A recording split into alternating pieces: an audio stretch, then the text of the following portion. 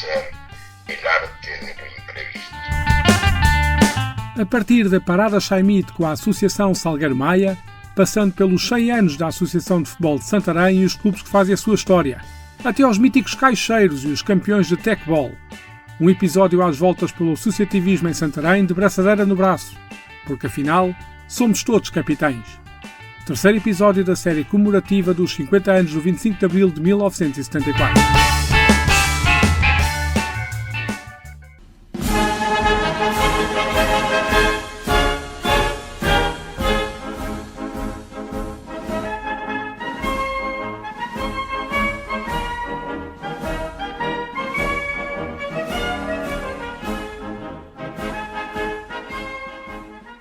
Este podcast já contabiliza mais de 20 episódios e com eles mais umas dezenas de convidados.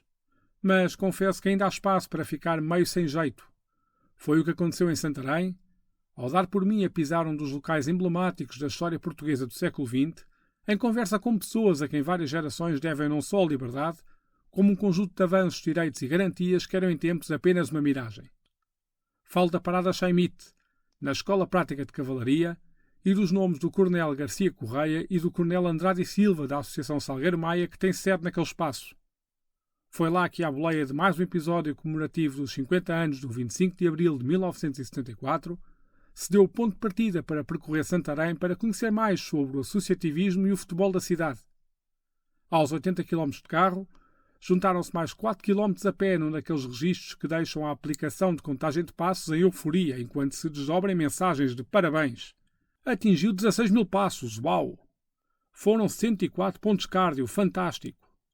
Enquanto isso, ia eu também conhecendo mais uma ou outra história e exclamava igualmente, notável! Terminados estes à partes, vamos então ao episódio. Fala-se de clubes e coletividades, de pessoas e locais, de histórias pessoais e de reinvenções. São 5 convidados a darem voz a testemunhos e memórias que são de muitos, a começar na Escola Prática de Cavalaria, o lugar onde Salgueiro Maia formou os seus homens e fez o célebre discurso das várias formas de Estado e do Estado a que isto chegou, antes de partir para Lisboa e derrubar o regime. Um dos capitães era António Garcia Correia, homem a quem foi dada uma missão muito específica nessa noite. A mim foi-me dada a certa altura, no final já do dia, dessa semana, a missão de levar o segundo comandante à minha casa para jantar.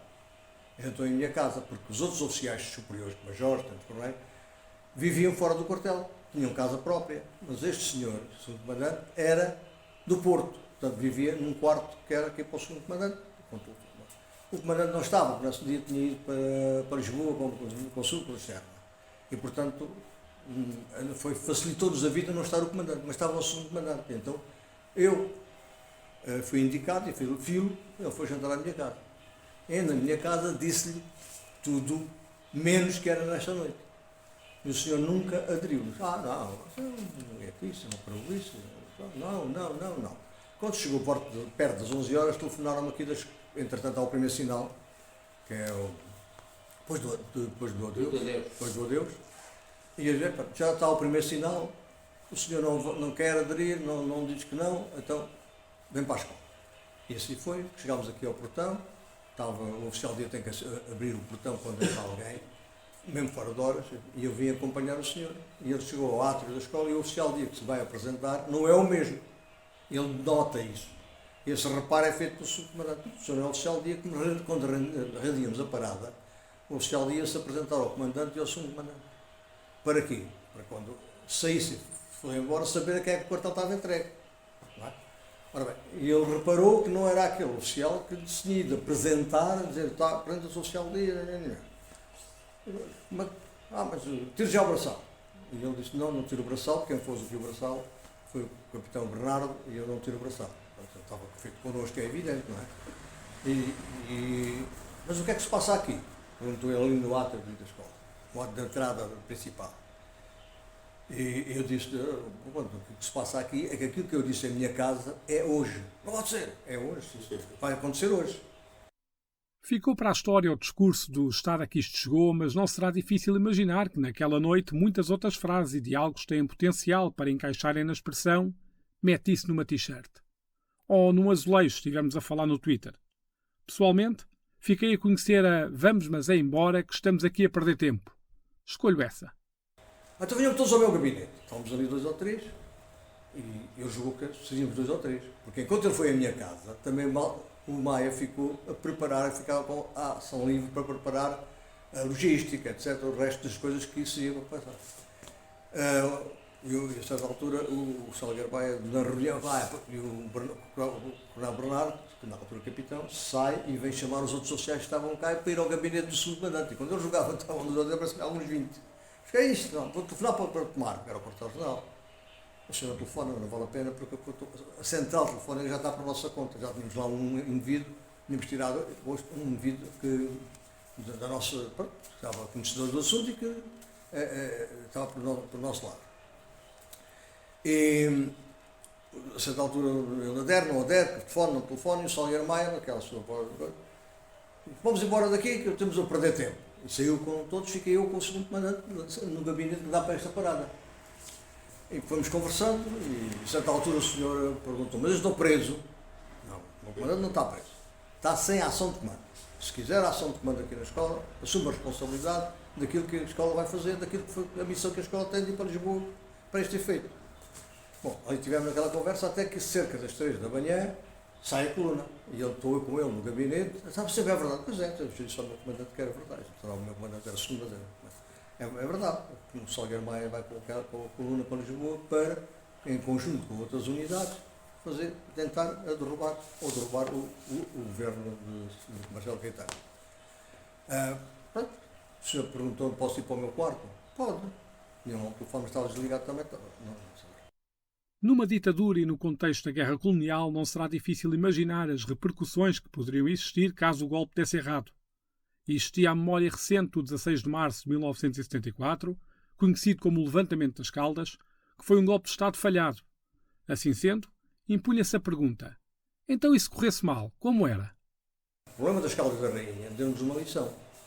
Como eles saíram intempestivamente e recuaram, foram presos os oficiais, principalmente os oficiais em perigo, mais do que cada quase foram presos, nós aqui pensámos, bom, então, se falha o problema, o Maia falha, nós temos que ir buscar, ou temos que nos defender. Como havia outras unidades também aderentes, certamente que haveria uma revolta das unidades aderentes em relação ao movimento não ter sucedido efeito. E então, com o material e pessoal sobrante, que não foi para Lisboa com o Salgueiro Maia, fomos, eu e o Coronel Bernardo, na altura capitão, os pontos altos, isto é um planalto. Santarém é um planalto, não é? A cidade velha. E portanto tem pontos dominantes sobre as entradas em Santarém. As coisas de Lisboa, as coisas de Almeirinho, as coisas do outro lado. E aí colocámos no cemitério, onde é hoje o hotel, enfim, o que chamámos o plano B. As forças, um pelotão aqui, com o carro de combate, os carros de combate não foram para Lisboa. Porque os carros de combate eram morosos e pesados, não iam para Lisboa.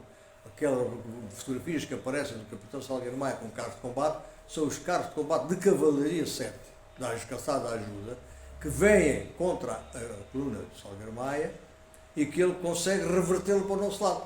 Não só prendendo o tenente-coronel, claro, só Ferran de Almeida, como o Major Pato Anselmo, e há outra coluna, o Arsenal também que vem, mas esse é um oficial aqui de idade na escola, que foi para a Cavalaria 7, virou, não, eu vou para lá para o Salgueiro Maia. Portanto, aquelas forças acabaram por reverter para o Salgueiro Maia, porque o da escola não foi nenhum carro de combate. E então o Maia recebe ordem, o Salgueiro Maia recebe ordem para ir para o Carmo e leva já carros de combate. Há até uma fotografia dele a subir a rua do Carmo, acho que é assim que se chama, com um carro de combate atrás. Mas era carro de combate que estava em Cavalaria 7, é um pelotão que tinha vindo de Santa Margarida para reforçar Lisboa, no caso, depois das Caldas da Rainha. E é o tal que nós, o plano B que fizemos, aqui em Santarém, para no caso do insucesso, Salgueiro Maia, Lisboa, por qualquer razão, nós nos defendermos aqui e em colaboração certamente com as outras unidades que estavam aderentes ao movimento. Já voltaremos à Escola Prática de Cavalaria e à Associação Salgueiro Maia, porque há lá mais para escutar e conhecer.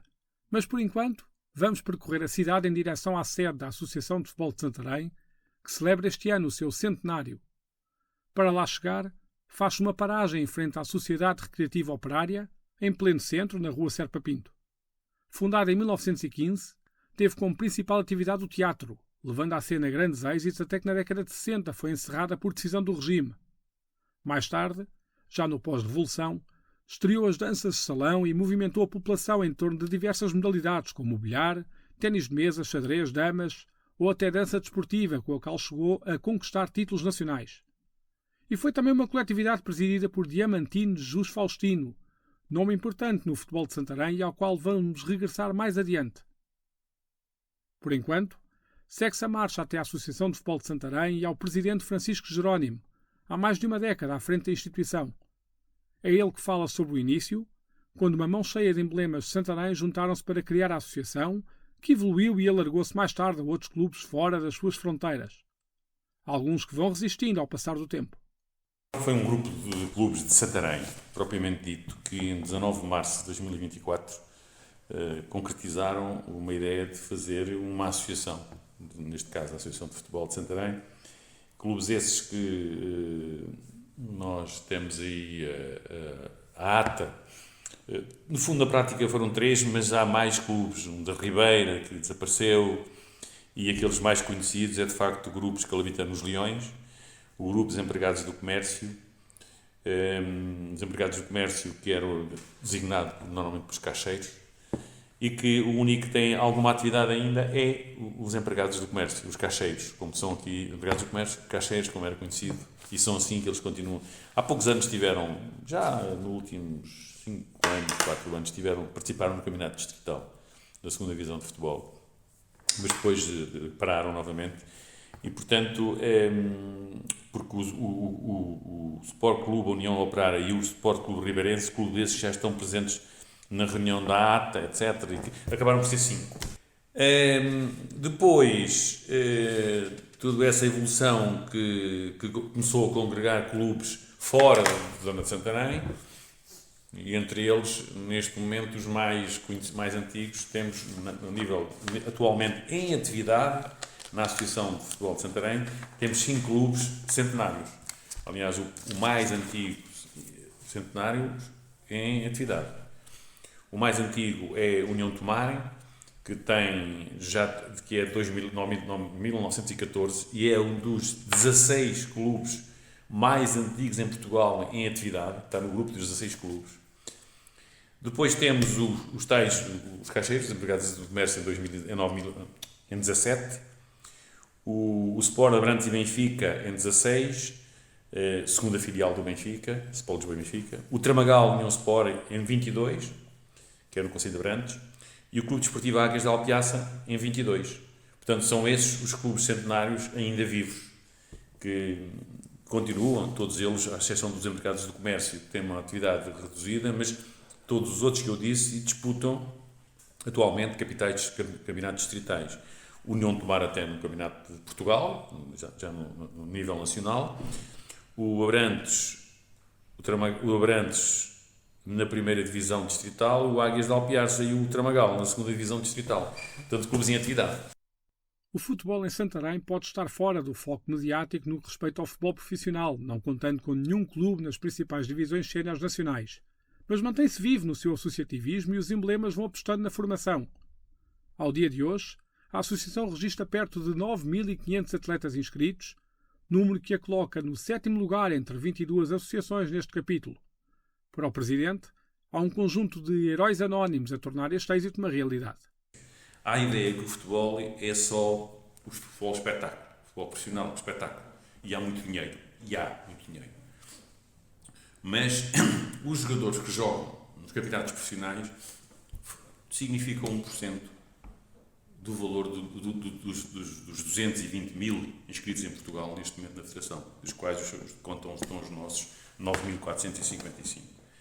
E esse fantástico serviço público que os dirigentes anónimos, que de segunda-feira a domingo prestam em prol da formação dos mais jovens, não é reconhecido pelas entidades oficiais. E uma coisa que se tem lutado tanto na procura daquilo que é o estatuto do dirigente benévolo, se tem caído no esquecimento. Não há um incentivo. Não é pagar, porque não é possível. O associativismo é destruído se começarem a pagar aos dirigentes. Se alguém pensar que os dirigentes dos clubes amadores, da base da pirâmide do futebol, estamos a falar agora só do futebol, no desporto, do futebol, é destruição, porque as pessoas trabalham porque gostam. Não há dinheiro que chegue para pagar as pessoas. Quem é que vai trabalhar, chega à casa às 6 da tarde do emprego, agarra em carrinhas, leva miúdos para os treinos, vai levar os miúdos aos treinos e chega à casa à meia-noite? Isto só é possível por aquilo que eu muitas vezes designo o bom vírus do associativismo que essas pessoas têm. E neste momento estamos a falar, no nível na associação, estamos a falar em 2.500 pessoas envolvidas os tais dirigentes anónimos que estão por aí, prestam esse fantástico serviço. Não há nenhum incentivo. E como eu digo, não era pagar vencimentos. Era, por exemplo, ter um reconhecimento a nível IRS, ter algumas ajudas implícita pelo seu estatuto de dirigente amador. E isso é uma batalha que tem havido, não tem sido porque os governos vão caindo, depois em que começa outro, também é importante, mas de facto, até hoje, isso não é reconhecido. E isso é o motor, é essa base da pirâmide que sustenta todo o resto do futebol, independentemente do trabalho fantástico que este ciclo da Federação Portuguesa de Futebol aconteceu. O facto é que os dirigentes também têm que ser, esses dirigentes têm que ser reconhecidos com agentes importantes na formação dos mais jovens. Este é o panorama, porque isto para crescer todos os dias é preciso muita gente, muitas pessoas anónimas a trabalharem à volta disto. Portanto, a Associação representa 75 clubes, neste momento em atividade. Dos 300 que já passaram para a história da Associação, mas 76 este ano, são os clubes inscritos em atividade dos 21 concelhos. Uma das maiores áreas a nível nacional de influência de uma associação. Não tem nenhum clube no futebol profissional. E isso perde mediatismo. Mas, como eu disse há pouco, estamos no 7º lugar do ranking. Quem é que está à nossa frente? Muito simples. Porto, Lisboa, Braga, Aveiro, Setúbal, Leiria. Santarém está a seguir. Está à frente de Coimbra, está à frente da Madeira, por exemplo, com clubes no futebol profissional e outras. Não vou falar noutras. Mas ali, nós, Coimbra e o Algarve, estamos ali perto. Vamos ali perto. Recuperámos temos o 7º lugar há uns anos já, mas estamos perto de Coimbra e do Algarve. Anda ali pertíssimo. No quê? E qual é a nossa formação, a nossa força? A nossa força é o futebol formação. Nós temos os dois clubes na nossa associação com mais atletas inscritos, são 2 clubes que não têm séniores. Tem mais. Um tem 400 atletas inscritos à data de hoje e outro tem 380 e qualquer coisa. 370, quase entre 370 e 380, agora não tenho aqui o número de cabeça. À data de hoje, inscritos à data de hoje. Portanto, e dos 2 clubes, curiosamente, não têm futebol sénior, que é a Associação Académica de Santarém e o CAD do Entrogamento. São os 2 clubes. Falou-se da Associação Académica de Santarém e, de facto, esse clube já tinha saltado à vista na investigação para este episódio. Desde logo pela história em torno da sua fundação. Foi em 1931 que alunos do Liceu Sá da Bandeira e da Escola de Regentes Agrícolas, que viu a sua prática de futebol limitada no Sport Grupo Scalabitano Os Leões, por alinharem neste destacados nomes de Santarém, o que relegava os estudantes para um segundo plano, receberam a influência de Gil Sacramento Monteiro, chegar à cidade de Coimbra, onde alinhava pela Académica, para avançarem com a criação do seu próprio clube. Inicialmente criado como Associação Académica de Futebol, assim mesmo à inglesa, passado um ano foi rebatizado de Associação Académica de Santarém. O Tomadeira Podcast procurou por diferentes formas contactar a Associação Académica de Santarém para a realização do episódio. Contudo, quer por e-mail, redes sociais ou telefone, nunca foi possível receber resposta às solicitações. Fica, no entanto, o registro de que o clube é responsável por um dos mais concorridos torneios de formação a nível nacional, a Santarém Cup, que movimenta perto de 1 milhar de atletas por alturas da Páscoa. E por falar em torneios que movimentam muita gente, foi exatamente no percurso vindo do Campo da Feira, local onde a Académica de Santarém tem a sua sede, e a pensar na informação sobre esse torneio de formação, que um outdoor publicitário ao meio caminho fez parar a marcha. Dava destaque ao Vitória Futsal Cup, rematando com a frase: o maior torneio de futsal do país.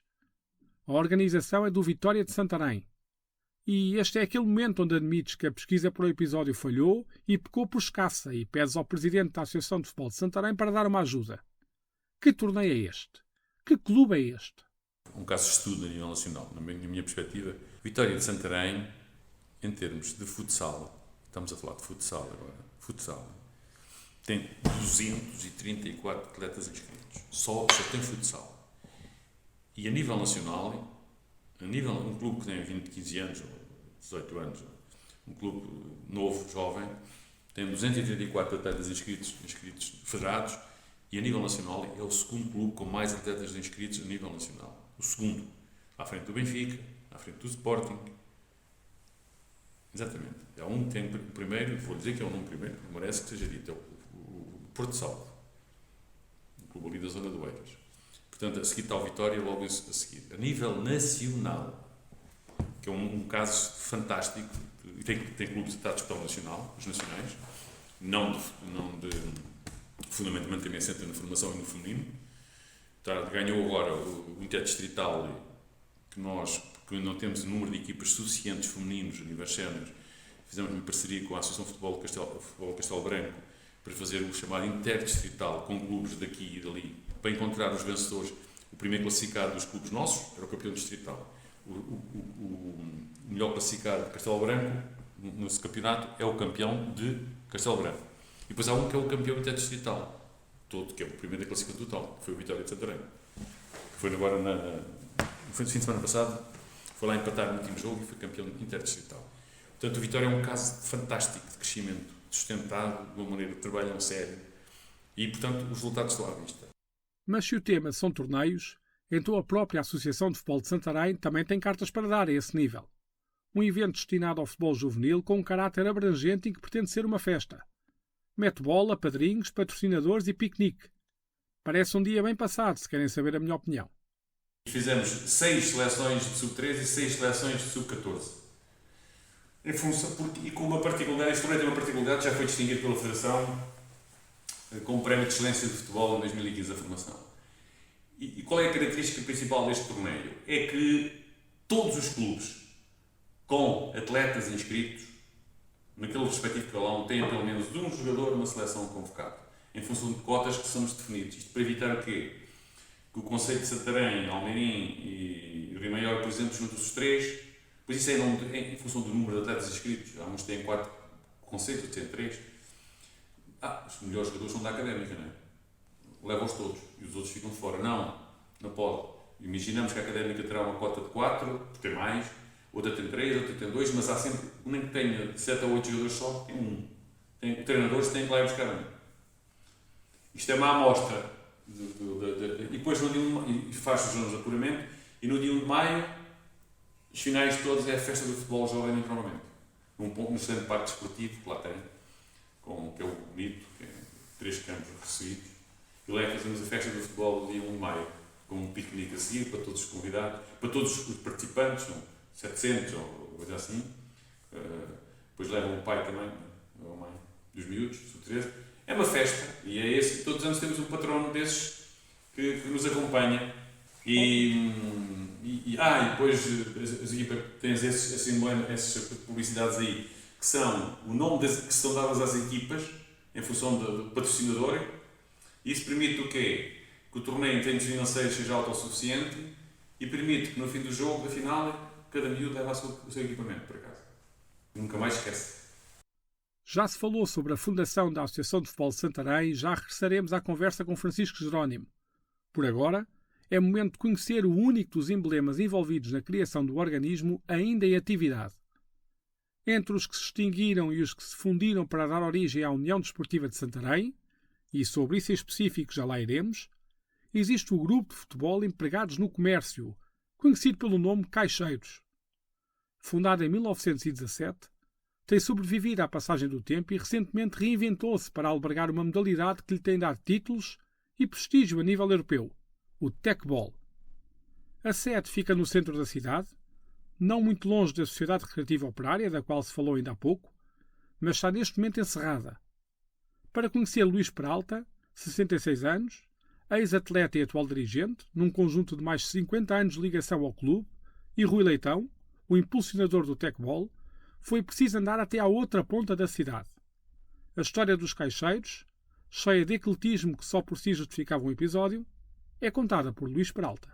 É um historial muito completo, porque inicia-se com o basquetebol, com o basquetebol, em terra, exatamente no ringue dos Caixeiros, onde em terra batida se jogava basquetebol. Foi uma das modalidades muito fortes do clube na altura.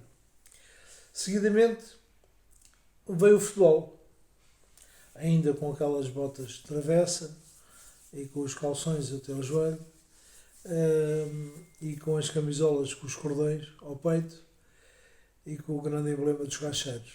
E de facto fizeram figura no futebol também, marcaram muitos pontos, chegaram a jogar com o Futebol Clube do Porto. Não sei em que termos, se para a taça, se para algum campeonato, isso não sou capaz de dizer, mas sei que no historial do clube aparece de facto jogos.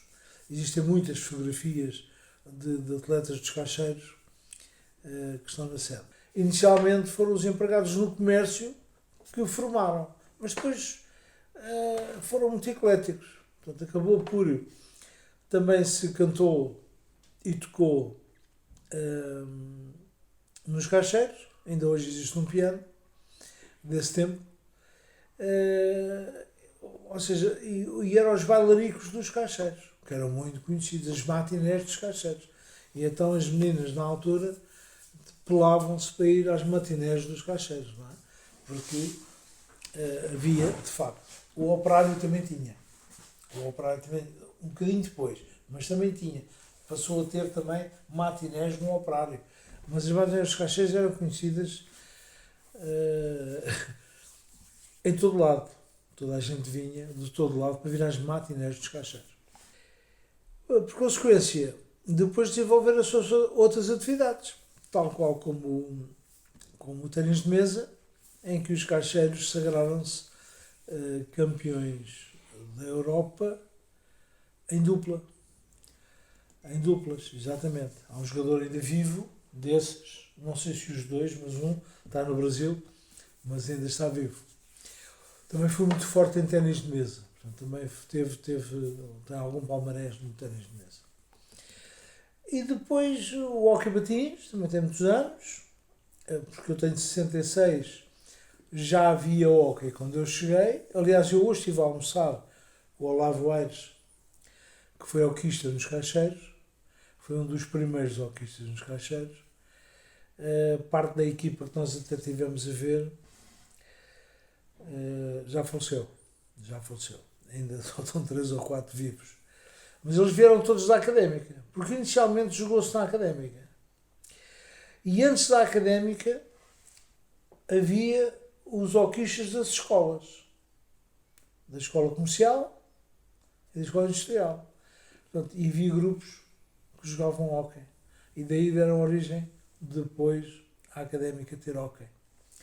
E jogavam num sítio muito característico, que era um quintal. Que era o quintal. Que não era mais que um quintal. Era uma coisa deste tamanho, mais pequena até que isto, onde jogavam o hóquei patins.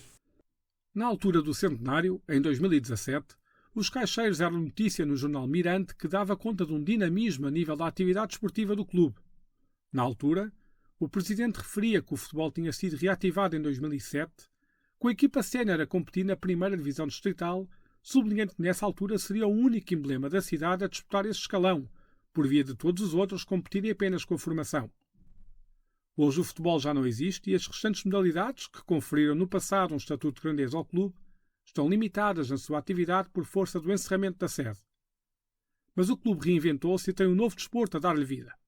Por mão de um amigo meu e colega de escola e de infância, que era o Fernando Espanhol, que era o presidente. De facto dinamizou brutalmente o clube em todos os aspectos. No futebol, não só sénior como formação, tivemos futsal também ao mais alto nível, quase na primeira divisão do futsal, que eu não sei como é que se designa. Tiveram os jogadores que vinham de propósito de Lisboa e tal. O handball, então, tem um palmarés enorme, de tal maneira que todos os anos fazia um encontro de handball em Santarém, onde que metiam 1000 pessoas, uma coisa enorme. e o handball chegou à elite. Não só à primeira divisão, como chegou à elite. Tivemos cá jogadores russos e ucranianos e de outros lados, gente com nome, e de facto teve um palmarés formidável. E como digo, o ténis de mesa, o handball, também chegou a ter pesca desportiva, xadrez. O xadrez ainda há pouco tempo ainda havia, neste momento está parado. Neste momento está parado exatamente porque a sede não tem condições para se ter nem o ténis de mesa, nem o... nada. Portanto, ao fim e ao cabo, porque parte do telhado caiu e aquilo não oferece condições de segurança para lá estar. E então temos lá algumas coisas, mas é a nossa sede, mas não, já não se faz lá nada. Depois disto, chegámos a ter danças de salão, também, e agora mais recentemente temos o tecbol, que é uma força. Chegados ao tecbol, talvez não seja má ideia começar a conversa com o Rui Leitão a perguntar concretamente o que é esta modalidade. Foi o que fiz. O tecbol, se calhar as pessoas sabem, mas não associam ou não, porque nós todos nas redes sociais já vimos os clubes, as grandes estrelas, a jogar um género de um ping-pong numa mesa que é meio curva, numa mesa curva, portanto todos nós vemos nas redes sociais o Messi, o Neymar, o Ronaldo, os grandes clubes, nós já ouvimos eles a brincar, fazer um género de um ping-pong com os pés e com a cabeça, numa mesa que é parecida com uma mesa de ping-pong, só que é ligeiramente curva. Portanto, isso é o tecbol.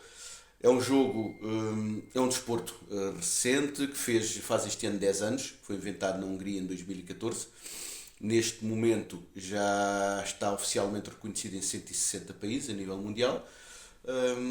Em Portugal nós já temos uma federação reconhecida desde 2019, temos 90 e poucos clubes registados, temos cerca de 450 atletas também, e este ano vamos avançar para o 5º circuito nacional. Fomos o primeiro país a nível mundial a ter um circuito nacional, com primeiro acho que foram 8 etapas em 2020, depois de 2021 10 etapas, em 2022 foi um disparate, fizemos 21 etapas do norte a sul do país, e pronto, o ano passado tivemos 11 ou 12 etapas e este ano vamos ter as mesmas. O tecbol é um desporto inclusivo, na sua gênese não tem distinção, não faz distinção de género, porque nem de idades, então não é como nos outros esportes em que há escalões. Dos 14 aos 80 anos jogam todos juntos e todos contra todos. Portanto, nós dizemos um bocado que é um desporto de família, porque pais e filhos podem jogar juntos e pais e filhos podem jogar um contra o outro, porque não há contacto físico. Tem por base a técnica, a concentração, a destreza, a coordenação motora, e é um desporto que trabalha muito a parte cognitiva e a parte da motricidade. Para além de ser no fundo, é um ping-pong jogado com os pés e com a cabeça, mas com regras muito particulares que fazem do tecbol uma paixão e até um desporto um bocado viciante. O tecbol nos Caixeiros é um sucesso que leva o nome do clube a saltar as fronteiras do país e a internacionalizar-se. Uma nova vida que surgiu meio por acaso e através de um movimento de solidariedade. Nós temos aqui miúdos nos Caixeiros, nós neste momento temos 42 atletas nos Caixeiros. Somos o maior clube do país, somos um dos maiores do mundo. Temos miúdos dos 12 anos aos 66. Ainda agora nós estivemos no Grand Prix em Paris no dia 18 de fevereiro e levámos 12 atletas de Portugal. 12 atletas só dos Caixeiros, portanto não foi só de Portugal. Os Caixeiros têm uma particularidade porque têm uma componente social e lúdica muito, muito forte.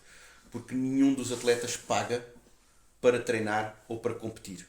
Apesar de nós não termos apoio da Câmara ou de nenhum outro tipo de entidade, é tudo aqui com base um bocado na nossa carolice e na boa vontade dos nossos parceiros e da sociedade civil e comercial de Santarém, portanto, através dos patrocínios, mas como isto nasceu também um bocado...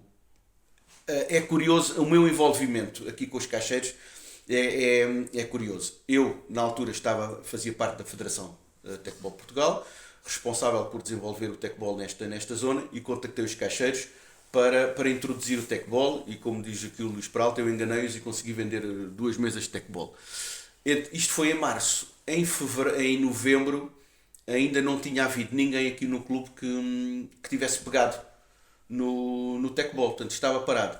E eu resolvi ajudar, portanto, como sou aqui de Santarém, estava na federação, fui eu que vendi as mesas, estava responsável por desenvolver o tecbol na região de Santarém, e resolvi ajudar. E falei com eles, olha, dei-me a chave do ringue, eu aos domingos vou lá, abro a porta, faço umas coisas nas redes sociais e as pessoas vão aparecendo. E o primeiro evento que fiz, eu estava ligado a um projeto solidário que era do Futebol para a Vida, que foi criado por jogadores, na altura jogadores profissionais, Ibrahim Kassamá, Jorge Andrade, uma série de jogadores, na altura do Covid, que se juntaram para quando houve aquela situação em que os clubes, o futebol parou, os jogadores deixaram de receber ordenados, houve os jogadores a passar algumas dificuldades, então esse grupo do Futebol para a Vida, alguns jogadores criaram esse grupo para ajudar os colegas noutros clubes. E então houve um domingo, resolvi, vou fazer aqui um tecbol solidário, fiz nas redes sociais, espalhei os cartazes e disse, venham experimentar o tecbol, tragam bem alimentar. E estive lá, realmente a primeira hora não apareceu ninguém, estive lá sozinho, e entretanto depois foi aparecendo um e mais outro amigo e outro amigo, e consegui nesse dia ter lá se calhar 7 ou 8 pessoas, e depois foi o passo-a-palavra. Por isso é que eu digo, isto nasceu de um movimento de solidariedade, e enquanto nós caixeiros puderem, enquanto eu puder, que ninguém pague nada para jogar, assim vamos fazer. A modalidade tem contribuído para o crescimento do palmarés dos caixeiros, não só em títulos efetivamente conquistados, como em outro género de vitórias. Daquelas que não dão troféus, mas que merecem medalhas de reconhecimento. Temos campeões nacionais, nós no ano passado fomos campeões nacionais de clubes, fomos campeões nacionais em duplas masculinas, campeões nacionais em duplas mistas e vice-campeões nacionais em três categorias. Temos também aqui, para falar nesta parte social, nós temos 4 atletas ucranianos que estão cá connosco desde há 2 anos, que vieram em fevereiro de 2022, vieram para Portugal jogar uma etapa do circuito mundial. Quando saíram da Ucrânia estava tudo bem, eles vieram com uma mochila, passar 3 dias em Lisboa, jogaram um campeonato, já não puderam voltar. Eu, na altura, porque eu também sou membro do Conselho Executivo da Federação Internacional e sou também representante de todos os jogadores a nível mundial. Tinha sido eleito há 2 meses e foi a minha primeira grande tarefa, foi ter cá 4 atletas ucranianos que não podiam voltar para casa. E tentámos arranjar soluções e 3 deles desde essa altura estão connosco. Um deles vive em minha casa, há 2 anos que vive em minha casa, portanto é meu filho, é neto da minha mãe, é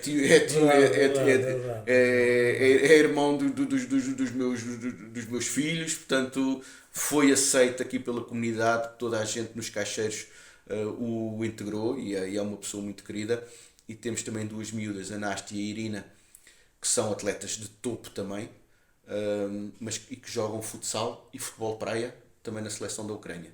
Estão neste momento a jogar nos Leões de Porto Salvo, futsal, com algumas condições. Eles deram-nos casa, alimentação, portanto tem mais um subsídio também, mas ao fim de semana, quando não têm jogos, o pois delas é aqui. Portanto, e os caixeiros, foi através dos caixeiros que eles puderam também continuar fora do país deles a prática do tecbol, e o ano passado no Campeonato do Mundo em Nuremberg o Dima e o Oleg ficaram em 5º lugar no Mundial. Portanto, e para nós foi muito bom porque eles são atletas de elite. Portanto, e nós aproveitámos também o facto de os ter connosco, a treinar connosco, para desenvolver alguns dos nossos atletas, e é muito reconfortante saber que nós podemos proporcionar 4 miúdos que não podem voltar para casa deles e que podemos proporcionar a prática do tecbol, que é a vida deles, e podemos dar-lhes aqui um ambiente familiar. Já se escutou por 2 vezes referências ao ringue dos Caixeiros e a viagem por Santarém não ficou completa sem antes ir lá fazer uma visita. Não fica longe da Escola Prática de Cavalaria e, ao olhar de quem chega à cidade como visitante, passa despercebido. Não fossem as letras no exterior, pintadas em azul e branco, anunciarem grupo de futebol dos empregados no comércio, não adivinharia que por trás daquele portão maior, com um sinal de proibido estacionar, e do portão lateral mais pequeno, estaria um espaço de referência na cidade. Efetivamente, como contam Rui Leitão e Luís Peralta, parece que tive o privilégio, enquanto turista, de olhar um espaço que é reconhecido como um mítico. Há uma história engraçada no ringue, porque nós começámos a treinar o ringue, não tínhamos estavam as mesas, não havia espaços, e durante o primeiro ano de atividade dos Caixeiros foi no ringue. E nós, todos os dias, quando treinamos, nós fazemos uma publicação nas redes sociais, hoje treinamos de manhã, etc. Somos muito fortes nas redes sociais, porque também temos de dar retorno a quem nos apoia, aos nossos parceiros, aos nossos patrocinadores. E começámos a dizer, vamos treinar, eu lembrei-me, vamos treinar no mítico ringue dos Caixeiros, né? Porque é um ringue histórico, onde se jogaram ali etapas do hóquei da primeira divisão, do basquete. Começámos a falar o mítico ringue dos Caixeiros e aquilo foi pegando, tanto que nós nos Caixeiros, o Tecbol, somos conhecidos pelos míticos. Né? Os míticos, porquê? Porque vem do mítico ringue dos Caixeiros. E então, quando nós falamos hoje em dia do Tecbol, os jogadores do Tecbol dos Caixeiros são os míticos. Tanto que no nosso equipamento temos também míticos, e ficou daí porquê? Porque vamos ao mítico ringue dos Caixeiros. Hoje treinámos no mítico ringue dos Caixeiros. Deixe-me dizer-lhe que os Caixeiros jogaram nos Caixeiros mais de metade dos jovens desta cidade. Eu costumo dizer que toda a gente jogou nos Caixeiros, fosse o que fosse. Outra visita obrigatória na passagem por Santarém é o Campo Chá das Padeiras. É hoje a casa do União de Santarém, atualmente líder da Série C do Campeonato de Portugal, uma SAD com a maioria do capital privado, mas a existência do estádio é bem anterior à do clube, que é aliás relativamente recente no futebol nacional. Lembram-se de se ter falado lá atrás o nome de Diamantino Jesus Faustino? Pois, chegou a hora de falar dele. Foi um dos impulsionadores da construção do recinto em 1946, além de destacado dirigente do Sport Group União Operária, emblema que travou com o Leões de Santarém alguns dos mais acesos derbys da cidade. Foi assim até 1969, data em que os 2 clubes se fundiram para dar lugar à União de Santarém. E como é de abril que se fala, o nome de Diamantino Faustino cruza-se com a data. Este dinamizador da cultura e do associativismo, nascido em 1914, era sapateiro de profissão e foi preso pela PIDE em 1946 e 1949, acusado de propaganda subversiva por distribuir o jornal Avante. Terá sido apenas 3 meses depois de sair da prisão de Peniche que veio a falecer, aos 35 anos de idade. Mas o velhinho Campo Chá das Padeiras, próximo do Campo da Feira, espaço onde se localiza outro recinto histórico, o pavilhão do Inatel, abandonado e empardado, poderá num futuro próximo vir a ganhar um novo vizinho da cidade. A dar os primeiros passos encontra-se a ideia da Academia de Futebol, um projeto pelo qual a Associação de Futebol de Santarém nutre particular carinho. Regressa-se a Francisco Jerónimo, que nos fala deste plano. A Federação Portuguesa de Futebol fez uma provocação, boa provocação, às associações distritais e regionais, às 22. Isto é, a Federação apoia para vocês, para um projeto que é uma associação, uma academia. Isto foi o projeto lançado e estipulou um tanto de verbas de apoiar a fundo perdido. O que é que nós fizemos? Avaliamos a verba disponível, em função das condições que a Federação nos pôs.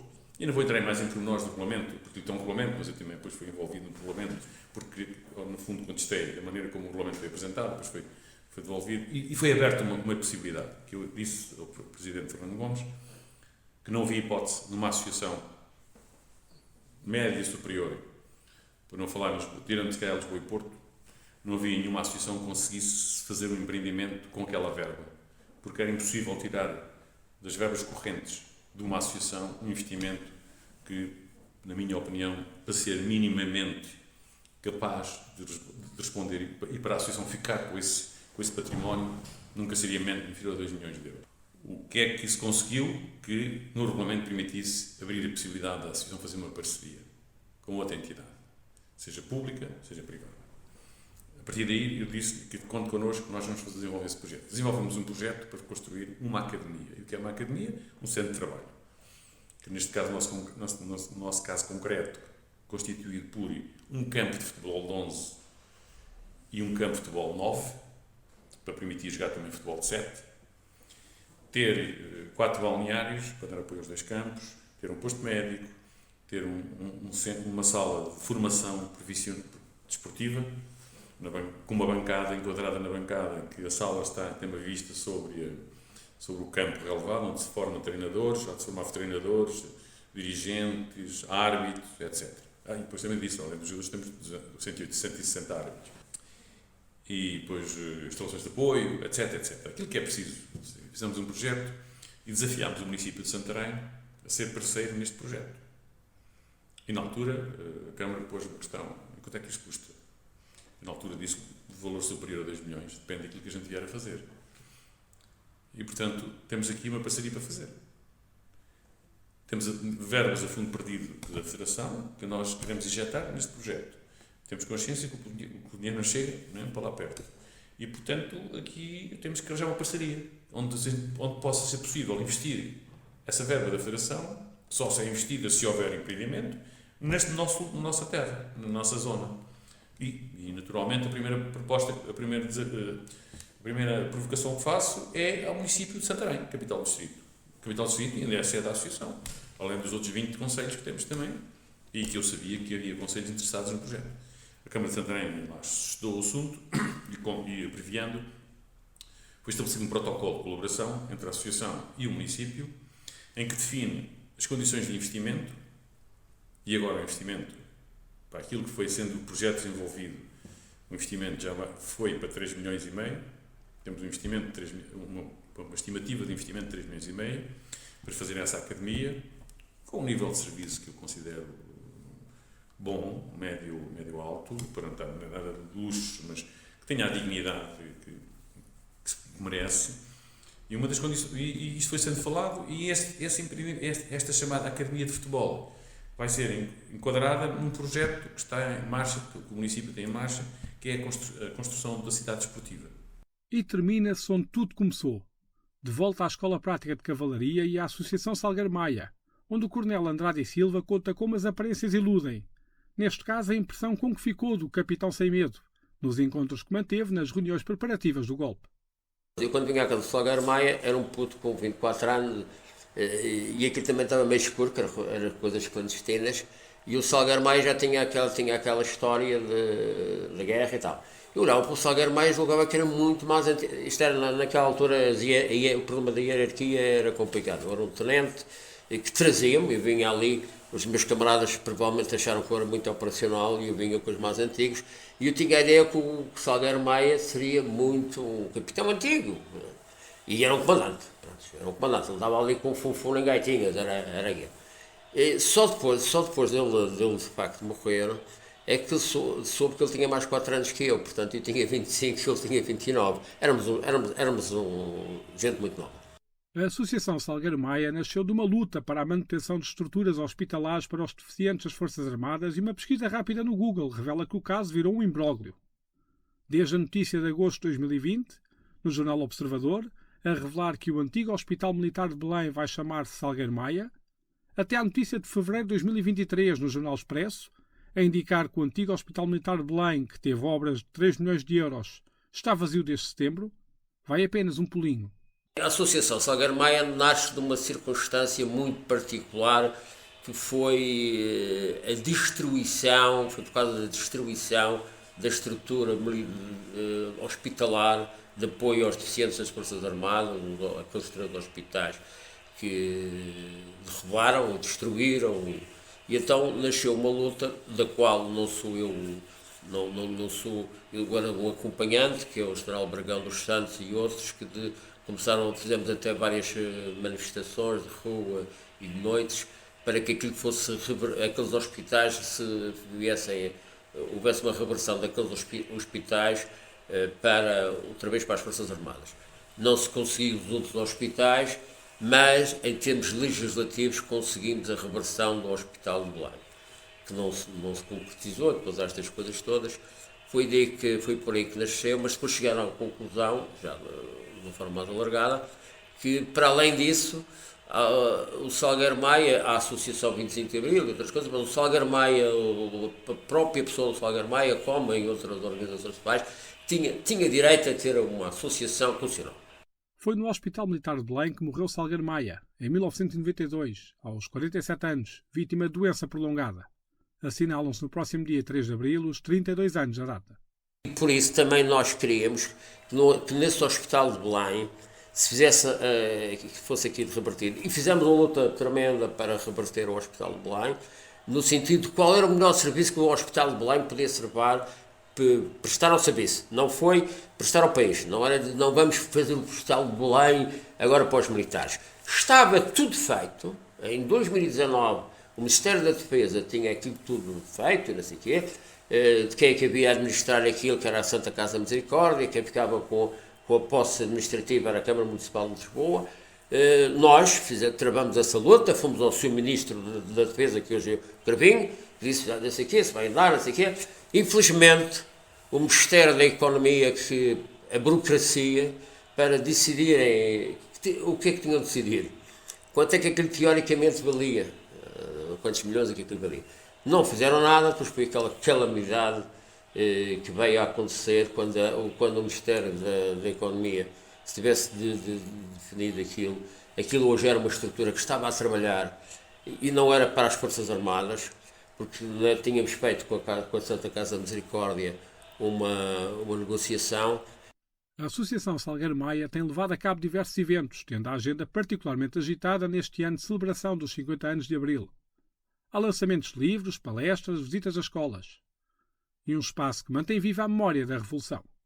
Vamos lançar um livro histórico, aqui na Associação, que são, nós chamamos aqui aos nossos associados capitães. Somos todos capitães, portanto, 40 capitães vão fazer um depoimento sobre o seu 25 de Abril. Não é onde estava, é o meu 25 de Abril. Vamos fazer esse lançamento desse livro aqui. No dia 24 de Fevereiro começamos a lançar um livro, um livro muito apresentável, não lançamos. Da guerra nunca se volta, com depoimentos da guerra, que são muito importantes. Aliás, isso depois até foi aqui muito vivo, vê-se muito emocionalmente, que até estava aqui o vereador da Cultura, o vereador da Cultura da Câmara de Santarém, que até se emocionou. Portanto, fez até um depoimento emocional e tal. Portanto, a gente vai fazer essa comemoração aqui no lançamento do livro e andamos aí nas escolas todas a falar do 25 de Abril e ontem estivemos no Cristo Rei a falar daquela atividade da artilharia. E, entretanto, temos feito transmitir as mensagens séniores que vêm cá visitar isto. E isto é um espaço muito, muito importante, porque aqui, neste pequeno espaço, está a história de Portugal nos 40 anos. Os 40 anos, do que é que foi o regime, as coisas e depois o 25 de Abril. E algumas das coisas que aqui foram faladas estão ali, os carros de combate, a Cavalaria 7, a prisão daquela gente, e depois...